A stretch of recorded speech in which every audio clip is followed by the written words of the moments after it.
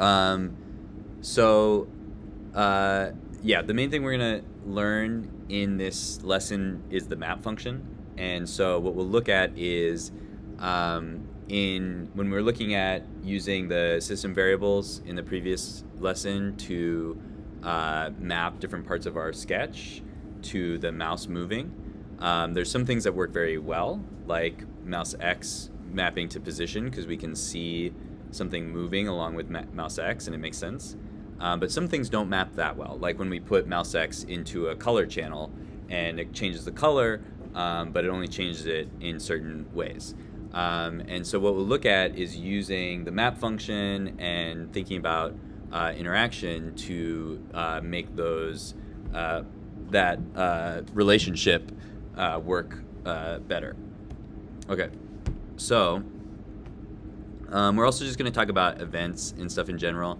So we talked about this a little bit, but one of the things that makes designing with P5 and with code interesting is we can make interactive art.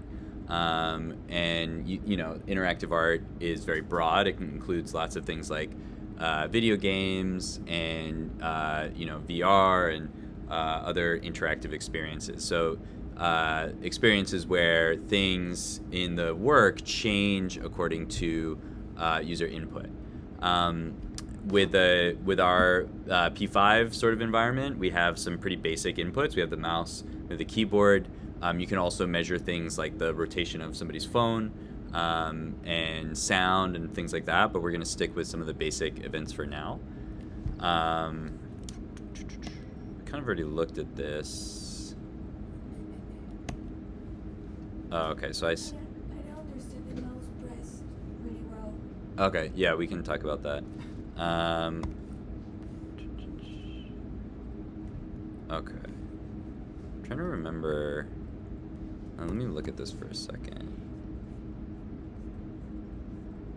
Okay, where do we get the map function? Oh, there it is. Okay. Okay, so let's go over this, and then eventually we'll get to the. So in the first example here, I broke my.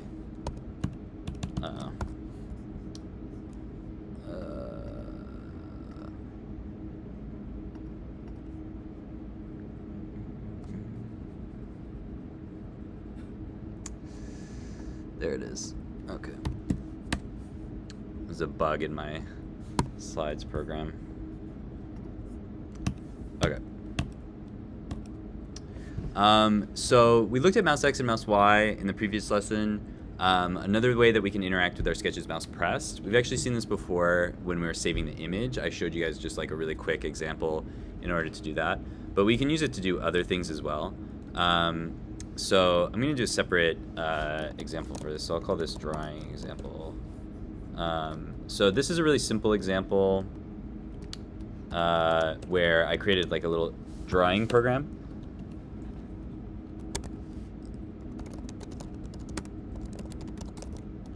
And the way that this program works actually is I move the background out of draw and into setup.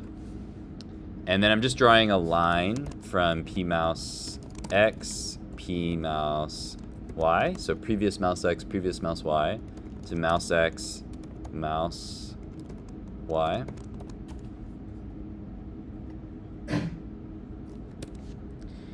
And so if we're not drawing the background, we just get just the lines. And so something that we can do with mouse pressed is well, we can do lots of different things, but just in this example, if I say function mouse pressed, we can draw our background back.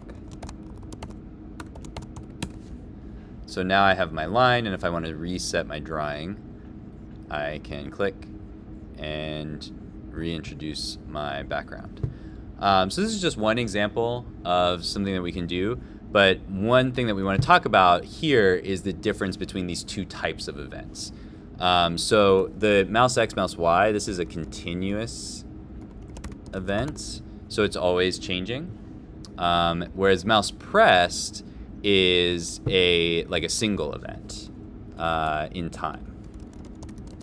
And so it happens once, and we can use a function to record it, but once it's over, it's over. So there's a couple different types of events that we can track, and really it's in reality it's not really a single event. It is a continuous event, but it's just a continuous event that's usually off. So if we look at what the computer is actually doing, it's just tracking whether the mouse is pressed every frame, and then if it is pressed, then we turn it off. So you can actually see, like, let's just draw.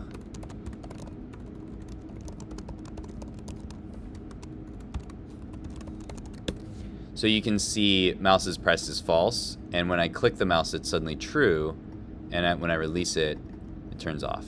So another thing I could do here, well, actually, no, we don't know how to do that yet. We'll learn how to do that soon. So we have like continuous events, like whether or not the mouse is pressed or where X and Y are with the mouse. But then we have a single event when something happens. So when a state changes, when it changes from not pressed to pressed, we can capture that, and we usually do that with functions. So if you look in the reference for P5 and you go to events, you'll see all the different events for things that we can capture.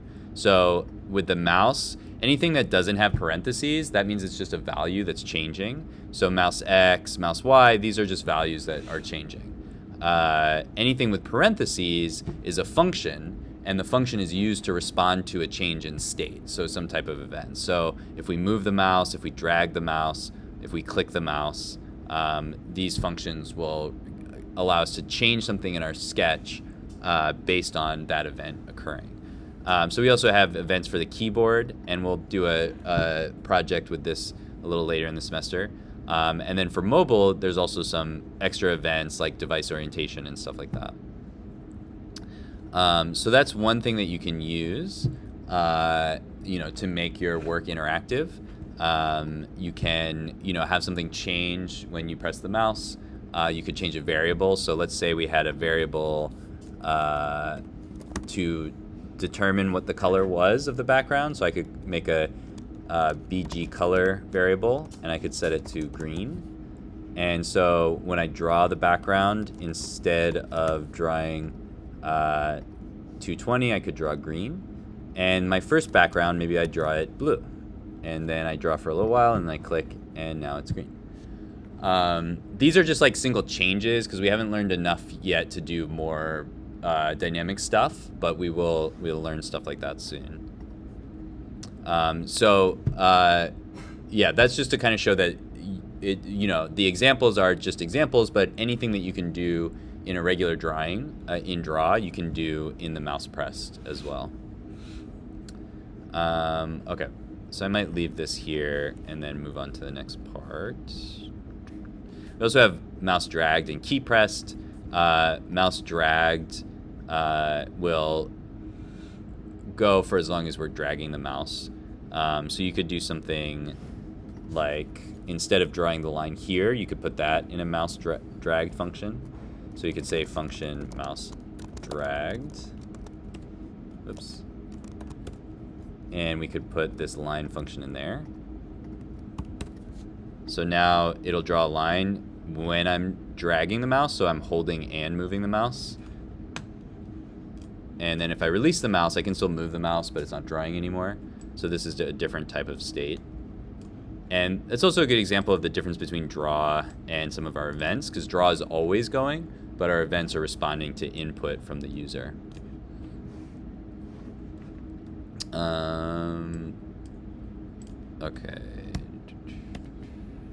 Okay. So now let's look at some of the ways that we can interact with our shapes. So I'm going to make a new, I have to save this. I'm going to make a new sketch here. So when we want to make our things interactive, there's a few different parameters that we can play with. One is position. This, as I mentioned earlier, is kind of like the most straightforward. Like if I move the mouse on X, we see the circle move on X. And the mouse value is the same as the X circle value. So you can see the number of the mouse there, and then you can see the X value for that circle is the same thing. So that's pretty straightforward. We've kind of already done that, so let's keep going. So another way that we can interact is with color. And here's where the map function will come in handy. So let's do a color interaction here. So I'm going to call this interaction example.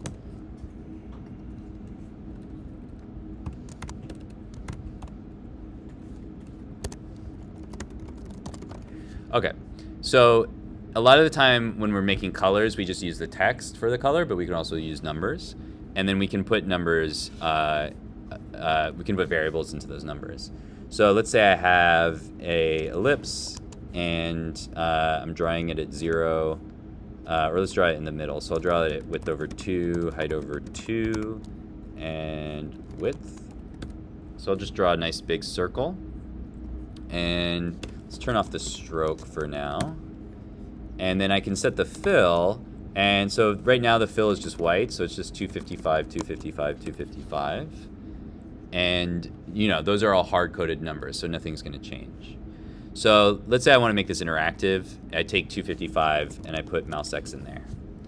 So that's cool. So you can see when I'm moving the mouse, we're adding red. Actually, let's set these to 0 so that it's a little more clear what's happening. So when the mouse is 0, we have 0 red, and so the color is black. And as I move the mouse across the screen, we add red. But something that you'll notice is that somewhere around here, we've reached the maximum amount of red. And so even though I'm still moving my mouse over here, notice the red color doesn't change. If I'm over here, you can see the red is changing a lot. If I'm over here, the red doesn't change at all. That's because these are two different ranges. Our mouse goes from 0 to the width of the canvas, which happens to be 400. But our color, the maximum value for our color is 255. So once we hit 255 and we go over that, it doesn't change anymore. So if we want to be able to use the full range of the interaction, we can map that value. This works the opposite way as well. If we want to have like a really small interaction that has a larger effect, then we can do the opposite.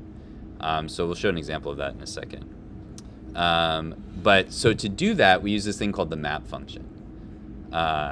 So the map function kind of looks like this if we're talking about color. So it maps a value from one range to another. And so the map function is a little tricky when you first start using it because it has 5 arguments and they just go one after the other. So you have to remember what each one represents. So the first one, you can see here the number that's changing is your input. So this number is the X is changing. And what it's doing is it's mapping the value from X to our color value. So in this example, we see the canvas, it goes from 0 to 600. And we can move X from 0 to 600 as well. Then we have a color value which goes from 0 to 255. And so we want to map X from that larger range down to a smaller range. So that when we get to 600, we are arriving at 255. And when we're in the middle, around 300, we're right in the middle of our color range. So that's basically what the map function is used for. So let's look at how to implement that. So if we're just using our red color here, we're just going to make a variable for red. Let's call it R. And so then we use the map function. And the first value is the input. So it's just by itself. It's just one number, and that's the number that's going to change. So if I say mouse X here, that's the number that's changing is the mouse X. Then the next 2 values are the range that we have for the X values. So that's 0 to width or 400, which is the size of the canvas. But I'm going to use width because I might want to change the size of the canvas later. So then we're mapping it to the range of the color. So that normally is 0 to 255. Okay, so now as I move, we get, actually I haven't put it in there yet. Let's fill.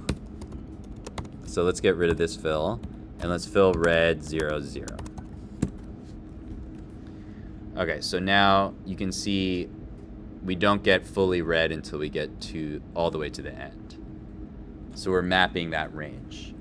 And the thing to keep in mind with this is that we want to think about what's the interaction that we want, and how do we map that. So maybe instead of mapping red, let's say we want to do like a sunrise. Then we might want to do up and down. So instead of mouse X, we could do mouse Y. Okay, so now as we move down, we get more red. Let's throw a little bit of extra green and blue in here so we get different color change. Okay, so we also could reverse that. So we're mapping from one range to another range, but the range doesn't have to be in numerical order. So we could map backwards. We could map from 255 down to 0. You could also map a smaller range. You could map to width over 2. Or actually, since we're doing Y, we would want to do height over 2. So now we're going to go here, and then if we go below there, nothing happens. So we can control that interaction. Let's look at another quick example with position. So a lot of people asked about moving the eye, but staying within the eyeball. So let's do that. So if we have some eyes, so if we have an ellipse, or let's use the ellipse we already got. So let's set the X value for our eye. So we'll map mouse X, and we'll map it from 0 to width, but we'll map it to a small range. So we'll map it from like, let's try 200 to 300. And then let's draw another ellipse. I'm gonna fill 255, so that'll be white. Or actually, let's do 0. And so this will be the pupil, I guess. So we'll do our ellipse at X, and we'll keep Y in the center. So we'll say height divided by 2. So we're just dividing the canvas in half. And we'll do like 50. So now you can see I can move the circle stays within that range even though the mouse goes farther. And so whatever I want to kind of constrain that part of the eye to, so it's kind of like on the right side, so maybe I could go from like 100 to 300. And so now I can kind of move it across. Or if I want something a little smaller, maybe I would say like 200, or that's going to be in the middle. Let's say like 150 to 250. So that'll kind of constrain it to that area. There's one other parameter that is going to affect things a little bit. We don't really see it right now, but the last parameter here, you can clamp. And so that means sometimes when you're mapping something, you can go beyond the range. And so if I say true here, I don't think we'll see a difference. Let's see if we set it to false. So it doesn't keep going because it doesn't count the mouse over here. But if I had a smaller range, like let's say for my range I had 100 to 300. So now, even though I'm going past 300, the eyeball is still moving because I'm not clamping. Clamping basically means once we go past the range that we've specified, it's going to keep going or not. So if we do true, then we'll see it's actually going to stop at that range that we set. So if we're using values that are not limited by the properties of the canvas itself, or colors, like colors can't go past 255, so you don't have to clamp them. But obviously positions and sizes can go past 255, so you would want to do that. Another example of that would be, let's say I want to map the size, and I think this is actually the next thing that we talk about. Yeah, so we can change the size. Size is, a little bit counterintuitive because we're changing the position of X, but it's changing the size of the thing. It's not moving the thing, but it's still just a number, so we can do whatever we want with it. So let's say we want to change the size of the pupil. So let's say we have an S for size, and we're going to map mouse Y from 0 to height, and we'll go from like 50 to 100. So this actually we need to put, for the size, we need to put it before the ellipse. So I'll move it right here, and I'll just put S in there for size. So now the pupil gets bigger as we go. But let's say we weren't constrained by 0 in height. Again, let's say I was going from like 100 to 200 or something like that. This is just as an example. So you can see I can get past 50. So even though I'm saying the smallest size is 50, if I go above that range, it still goes to 0. So if I want to avoid that, Why if you don't have the true in that one? Because you have it in X. that's what. So I'm just about to add that. So that last parameter is going to clamp the values. If you don't have true there, it defaults to false. But if I add true here, now it will clamp. So now my eyeball can't go below that 50. I thought that was the default. No, I don't know why, but the default is that it doesn't clamp. So you have to set it if you want it to clamp. And that's especially important, for example, like if I had set the 0 here, so now I can go to 0, but it doesn't keep going. But one thing you'll notice with P5 shapes is if I go to negative, it actually goes the other direction. So this is like negative something, but it doesn't really deal with negative, so it just turns it into a positive number. But, you know, sometimes that can be fun. You might be able to use that to your own advantage. Okay. So that's the map function. It's a little tricky, so I'll let you guys start working on it on your own. As I mentioned earlier, you want to think about meaningful ways to make your project interactive. So, you know, just having shapes moving around and doing weird stuff is kind of fun, but it's, you know, the average person is not really going to connect with like just a bunch of shapes moving around. It'll be fun if it looks like they're making it talk, or they're, you know, making you know, a cat jump or whatever. You can do whatever you want, but the idea is just to make something that's representative of something. One last thing is that since this is interactive, we do want to give people some instructions. So there's different ways to do that, but one way to do that, which is a good chance to review our file system. If we go into our files and we go to index.html, you can actually just add some HTML in here. So what I'll do, the canvas gets added to this main section. So I'll just put a little paragraph under here. You guys might remember HTML from MMP 100. We'll just put a paragraph here that says, move your mouse to interact with the art or the design, whatever you want to call it. And you can be more specific. So if you have a project where you can see something on the screen, like, you know, let's say you have a dinosaur and you can make it, you know, open its mouth or something like that. You can refer to what you're going to see on the screen. One thing that I have to be careful of, since I have this this what do you call it? This theme is set to dark, so I can see the text down here if it's set to light, but I don't know what theme people are going to be using. So we can also go into the CSS, and I'll just give the background of the HTML a white background, so that way we'll be able to see that text. You can also style the text however you want, but just make sure that it's visible. And then one last part with this is that when you are ready to document this project to submit, obviously it's interactive. So if you just submit one image, it's not going to be clear how it changes. So what you can do is take a few screenshots. So our mouse pressed will be useful here. So if I want to take a couple screenshots, I'm just going to add in a function mouse pressed, and I'm just going to save what should I call this? Interaction.png. And so I can save at a couple points. So like if this is 1 point and then another point and then another point, I can save a few screenshots. And so if I go into my downloads folder, you know, I should show kind of a process of how it changes over time.